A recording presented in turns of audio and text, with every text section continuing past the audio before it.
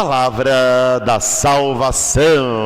Glória a vós, Senhor. A nos descei divina luz, a nos descei divina luz, Em nossas almas acendei o amor de Jesus, o amor de Jesus. Queridas irmãs, queridos irmãos, que bom estarmos juntos mais um domingo aqui na Igreja Santa Cruz. Domingo é dia do Senhor, domingo é dia que a igreja se reúne para celebrar o amor de Deus, a misericórdia de Deus, para celebrar a vida em comunidade, a fé vivida em comunidade. As leituras que nós acabamos de ouvir agora nessa primeira parte da missa, liturgia da palavra, nos trazem um tema fundamental e que nos deparamos a todo momento na vida social, na vida pessoal, que é a questão do bem e do mal. Deus é o bem por excelência. O mal veio pelo pecado de Adão e Eva, pela desobediência a Deus. O mal é justamente essa carência do bem, é a falta do bem. E o mal nunca tem o mesmo poder do bem. Ou seja, o amor, a verdade, a paz, o perdão, a caridade são infinitamente maiores que o desamor, que a discórdia, que a injustiça e que toda a maldade. Elas não estão no mesmo patamar, não se equivalem. O poder de Deus e do bem é muito maior do que a desagregação que o mal traz. Mas nos defrontamos com esse mal a todo momento. Nas estruturas da sociedade nós podemos perceber situações de desagregação, de morte, de maldade. Nas famílias, nos casamentos, nas relações sociais, na vida da igreja. Tanto dizemos que a igreja é santa e é pecadora. E até dentro de nós mesmos, cada um de nós experimenta a presença do amor, mas experimenta também essa fragmentação, o pecado, o vício, as brigas, as palavras que machucam, a discórdia, o desamor. Então é uma realidade muito presente a começar de dentro de nós mesmos. Não há ninguém em estado puro, apenas de bondade, apenas de amor, apenas de bem. Todos nós somos essa mistura de verdades e mentiras, de luzes e trevas, de amor e também de desamor. A fé, a experiência de Jesus, do seguimento de Cristo, deve nos levar justamente a cada vez mais fortalecer essa escolha do caminho do bem. A experiência de cada Eucaristia que nós celebramos, especialmente aos domingos, deve nos fazer cada vez mais fortalecer a nossa decisão por fazer o cultivo de uma cultura da vida, do amor, da paz. Para que o bem esteja cada vez mais presente em nossa vida, como na vida dos santos e santas, que também experimentaram o pecado e a maldade. Mas a graça de Deus os tomou de uma tamanha maneira que quase toda a vida deles foi tomada pelo amor, por essa entrega a Deus. Então hoje é um dia de cada um de nós olhar para nosso coração e nos perguntar: como é que eu tenho deixado a maldade, a desagregação, a morte, ainda guiar a minha vida, minhas atitudes, minhas relações interpessoais? E ao tomar consciência, lutar para que essa morte cada vez mais dê lugar à vida, para que essa discórdia dê lugar ao amor, para que esse egoísmo dê lugar à comunhão.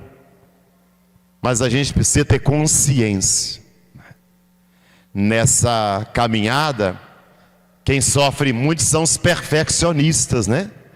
Porque a pessoa perfeccionista, ela quer as coisas perfeitas e ela não consegue enxergar e trabalhar aquilo que é imperfeito, aquilo que justamente é palidez, aquilo que ainda não está tão claro como devia ser.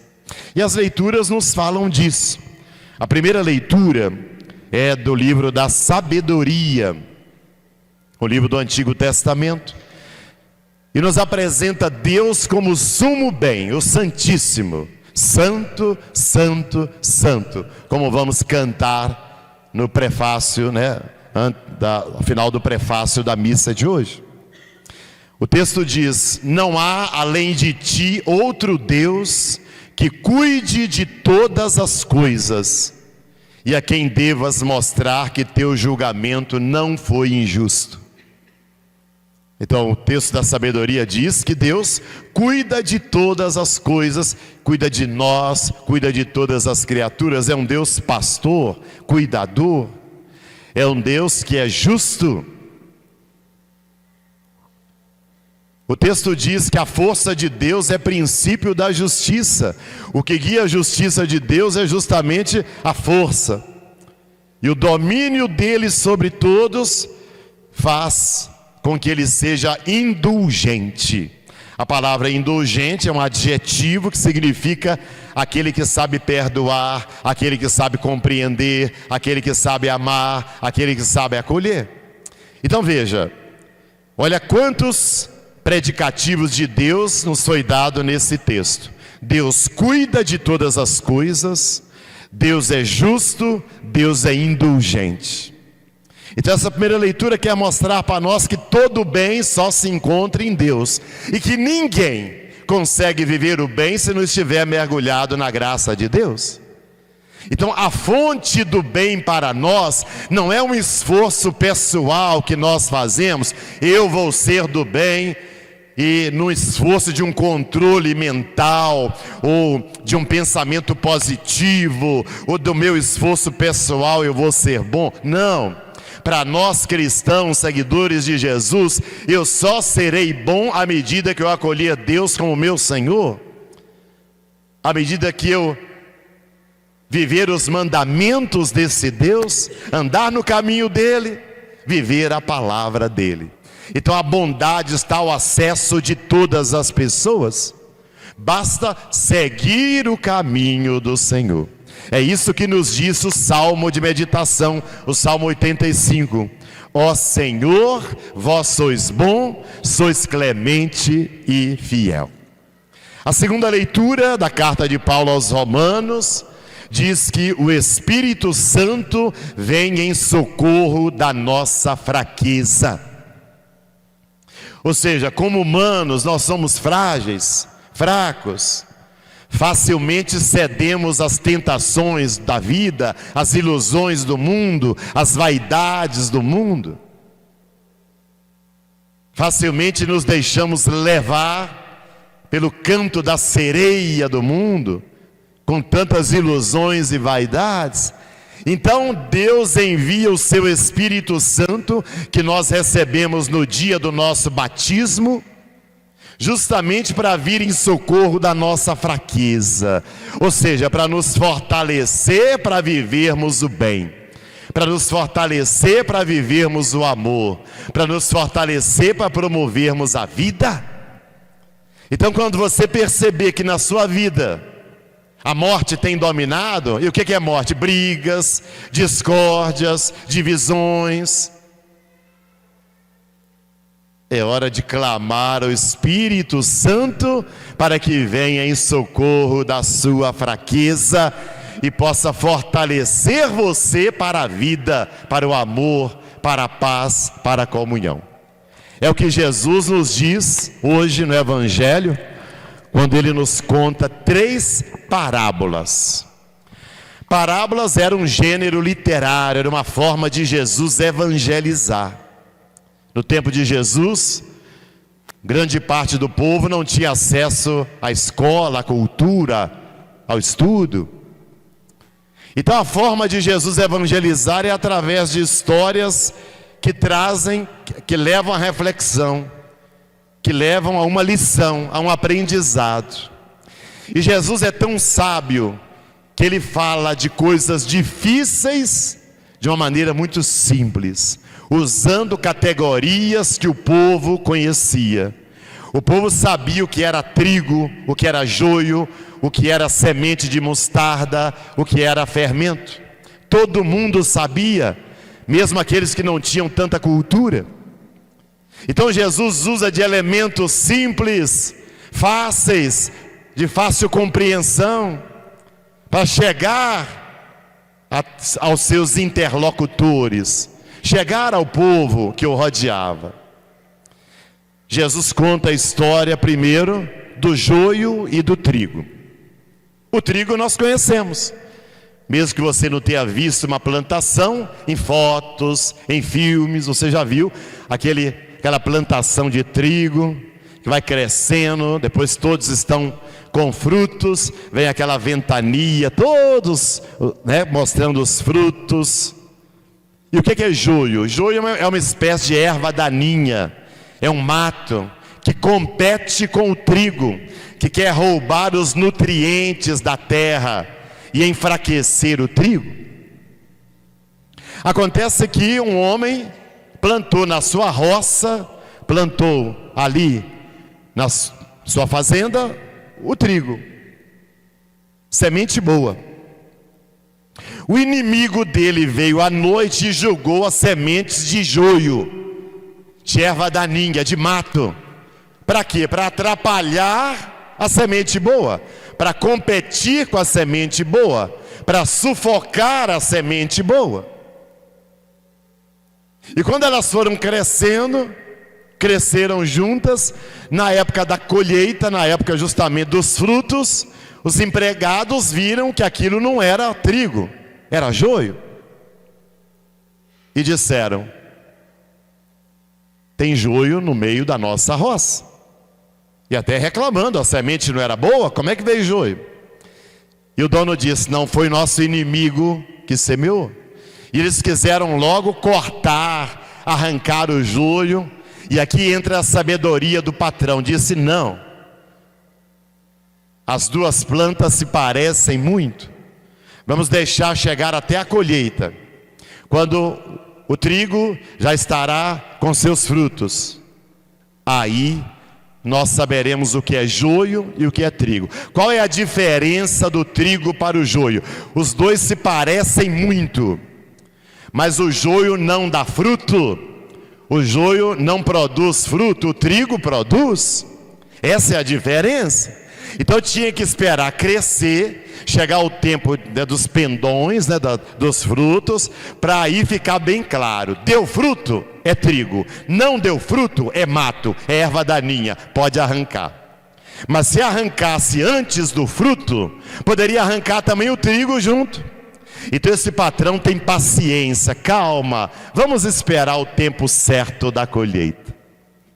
E quando chegou o tempo, eles arrancaram o joio, jogaram para ser queimado,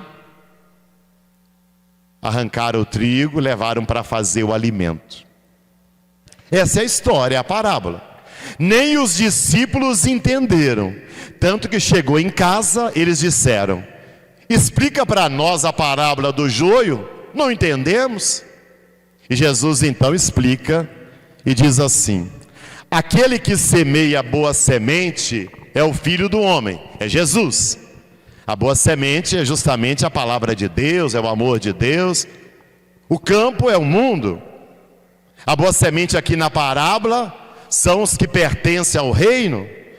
É cada pessoa que pertence ao reino. O que significa pertencer ao reino? Viver os valores do reino: a fraternidade, o amor, a tolerância, o respeito, a justiça, a honestidade, ao acolhimento do outro. Ou seja, toda pessoa que vive os valores do reino são comparadas com essa semente boa. O joio são os que pertencem ao maligno. A palavra diabo quer dizer justamente aquele que é o adversário, o inimigo. que é o inimigo? É aquele que está contra o reino, do antirreino, ou seja, aquele que não vem para promover a vida. O inimigo vem para promover a morte.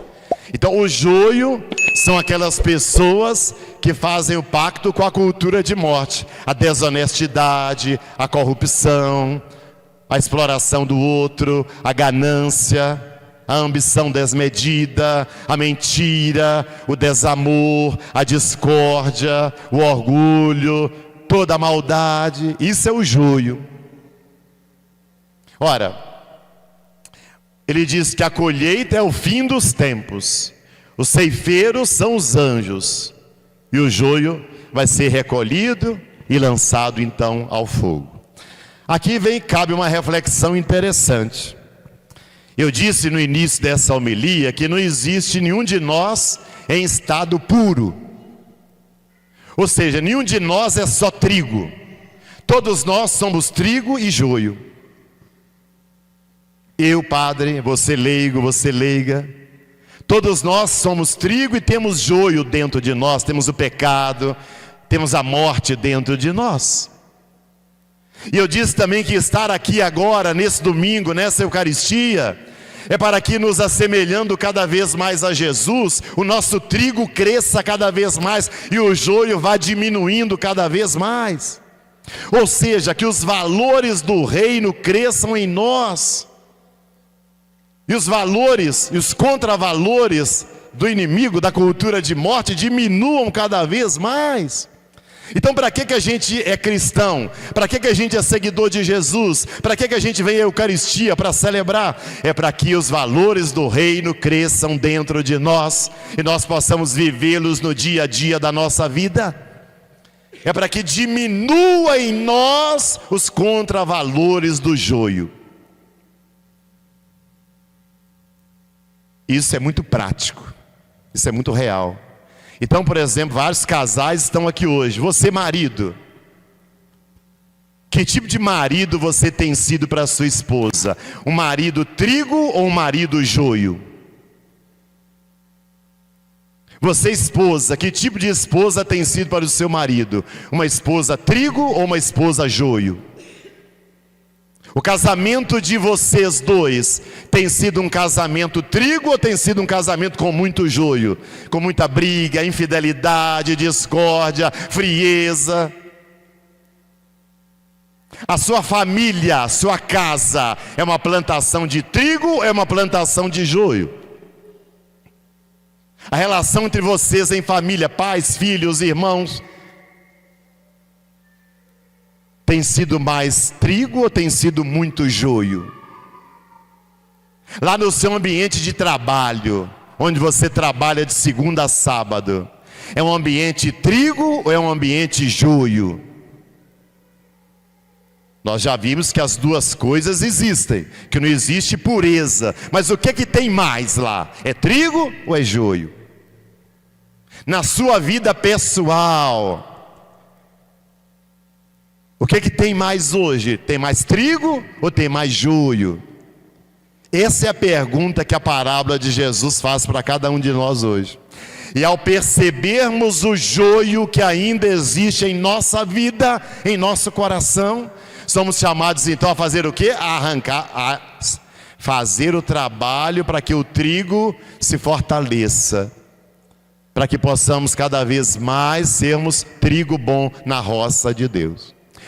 Outro dado importante é que muitas vezes, quando nós olhamos para a maldade do mundo, ou até para pessoas que consideramos injustas, quantas vezes eu já escutei pessoas falando assim: por que Deus não mata logo essas pessoas, limpa esse mundo, purifica esse mundo, deixa esse mundo melhor?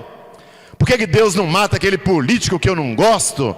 Por que Deus não mata aquela pessoa que eu não gosto, que só faz maldade? Por que Deus não dá uma morte para ele? Tanta gente boa morrendo, essa pessoa do mal fica aí. Você já deve ter escutado alguém falar essa besteira. Por que é besteira? Lembra que o patrão falou? Os empregados queriam arrancar logo o joio. Diz, não, calma, deixa crescer. No final nós vamos ver o que é joio e o que é trigo. Ou seja, se Deus é bom, é clemente, é fiel, como nós cantamos no Salmo hoje, Ele dá a chance para que cada pessoa se modifique. A planta joio não pode transformar-se em trigo, mas uma pessoa joio pode se transformar numa pessoa trigo. Essa é a diferença da parábola. De um mato para uma pessoa. Uma pessoa que é joio hoje pode se converter, pode se transformar, pode ser uma pessoa melhor. Isso é trigo. Então nós não podemos desistir de ninguém. Ao invés de querer a morte das pessoas que nós achamos ruim, devemos ser presença de Deus para elas, é rezar por elas, é sermos testemunho de Deus junto a elas e ajudá-las a mudarem, e não ficar rogando praga para que elas morram. Jesus conta mais duas parábolas. Ele fala da semente de mostarda, que é a menor de todas as sementes, mas quando cresce se torna uma grande árvore, um grande arbusto. Ou seja, Jesus quer dizer que as coisas de Deus são assim, pequenas, simples, escondidas, mas no tempo certo elas crescem, elas têm um poder muito grande, como também o fermento que a mulher coloca na massa. Todos vocês que já fizeram algum bolo na vida, não é? Quem já fez bolo, não é? Que usou fermento, sabe que é um pouquinho de fermento, a massa fica toda fermentada e cresce. Ou seja, o poder do pequeno, do simples, do humilde, que fermenta toda a massa. E aqui eu chamo a atenção para um aspecto interessante. O mal, ele aparece muito. O mal, ele choca. Por exemplo, quando nós recebemos a notícia que alguém tirou a própria vida, nossa, a gente fica espantado. Quando alguém recebe a notícia que houve um acidente grave aqui na cidade, morreram pessoas, isso choca. Quando alguém morre de uma doença grave, quando há um feminicídio, ou seja, todas as notícias ligadas ao mal, elas chocam muito, assustam. O que não acontece com as notícias do bem. Hoje é domingo. Quantas esposas devem ter ido à Santa Casa, aqui ao Hospital São Francisco, visitar os maridos que estão doentes lá, no horário de visita? Isso sai no jornal? Não. Quantas mães cuidando de filhos com deficiência, dando banho na cama, levando comida na boca, trocando de roupa lá em cima da cama, todo dia. Andando de ônibus às vezes para levá-los para uma consulta médica. Isso sai no jornal? Não. Isso assusta? Não. Quantas pessoas levam sopa, cobertor à noite para tantas pessoas em situação de rua? Isso sai no jornal, sai nas redes sociais, sai na TV, dá ibope como o final da Copa do Mundo? Não. Mas tem gente fazendo isso, tem gente vivendo bem. Entendeu por que a semente é pequenininha? Entendeu por que o fermento é pequeno? As coisas de Deus são assim. São escondidas, são pequenas, mas têm sua força. E não podemos duvidar disso. De achar que o mal está tomando conta do mundo. De que agora o mal... Não, calma. O bem está aí. Tem muita gente fazendo o bem, só que não aparece. E Deus não precisa aparecer. O bem não precisa aparecer. Ele tem que existir, não aparecer. Então que você também faça o bem. Que você também viva o bem. Seja um trigo na roça de Deus. Ajude esse mundo a ser melhor. Ajude a nossa sociedade a ser mais fraterna, mais humana, por onde você passar. E assim você estará cumprindo a sua missão e o seu papel. Louvado seja nosso Senhor Jesus Cristo. Para sempre seja louvado. Fiquemos em pé e vamos professar a nossa fé. Creio em Deus Pai Todo-Poderoso,